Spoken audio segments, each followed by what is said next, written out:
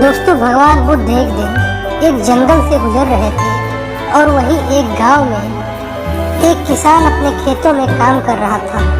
भगवान बुद्ध विश्राम करने के लिए वहीं पास में एक पेड़ के नीचे बैठ गए। उस किसान ने भगवान बुद्ध को देखा और उन्हें प्रणाम किया और फिर से वह अपने खेत के काम में लग गया।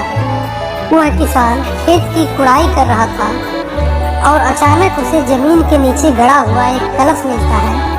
वह उस कलश को निकालता है और बहुत खुश होता है क्योंकि वह कलश हीरे मोतियों से भरा हुआ था। वह उस कलश को लेकर भगवान बुद्ध के पास आता है और भगवान से कहता है कि प्रभु, आपके दर्शनों का मुझे लाभ देखिए मिल गया। आज देखिए मुझे क्या मिला है। यह कलश हीरे मोतियों से भरा हुआ है। मैं इसमें से कुछ भेंट स्वरूप देना चाहता हूँ। भगवान बुद्ध ने कहा कि तुम्हारे लिए यह दौलत है, परंतु यह मेरे लिए एक विष के समान है। अगर धन बिना परिश्रम किए ही मिल जाता है तो वह निश्चित तौर पर विष ही है। भगवान बुद्ध की इस बात को सुनकर वह किसान थोड़ा गुस्से में होकर वहाँ से चला गया। वह किसान उस धन को बेच करके अपने लिए तमाम सुख सुविधाओं की चीजों को खरीद अमीरों वाली जिंदगी जीने लगा। उसकी यह जिंदगी किसी से देखी नहीं गई और उसने राजा से शिकायत कर दी कि जमीन के नीचे दबा हुआ धन राजा का होता है और वह किसान उसे अपने उपयोग में लेकर अमीर हो गया है। यह राजा का अपमान है। पर राजा ने तुरंत उस किसान को बुलाया और कहा, तुम वह कलश राजकोष में जमा कर दो।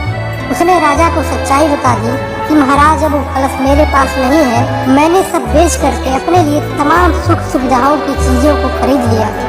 यह सुनकर राजा बहुत क्रोधित हुए और उसके साथ ही उसके पूरे परिवार को भी कैद खाने में डाल दिया और उसकी सारी संपत्ति को भी जब्त कर लिया।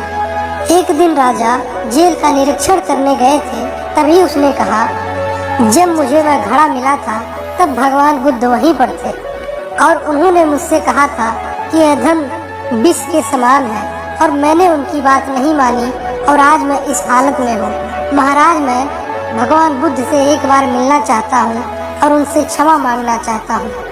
राजा ने उसकी बात को सुनकर भगवान बुद्ध को एक संदेश और उन्हें सम्मान के साथ राजभवन में लेकर के आया। उस किसान को जेल से निकाल कर लाया गया और भगवान बुद्ध के सामने आकर उस किसान ने उनके पैरों को पकड़कर वह रोने लगा और कहा कि प्रभु, आपकी बातें सत्य हो गई। वह धन निश्चित ही विष था और उसी की वजह से देखिए आज मेरी ये हालत हो गई। आज उसके चलते मैं कहीं का नहीं रहा। भगवान बुद्ध ने उसकी बातों को सुनकर कहा, कोई बात नहीं, गलती इंसान से ही होती है। और उन्होंने राजा को आदेश दिया कि आप इसे जेल से मुक्त कर दीजिए। राजा ने बुद्ध का आदेश मानकर उस किसान को जेल से मुक्त कर दिया और वह किसान अब परिश्रम करके अपना जीवन यापन करना शुरू कर दिया। दोस्तों, भगवान बुद्ध कहते हैं कि अगर प्राणी को बिना कर्म किए ही धन मिल जाता है तो वह धन निश्चित ही प्राणी के लिए विष के समान होता है।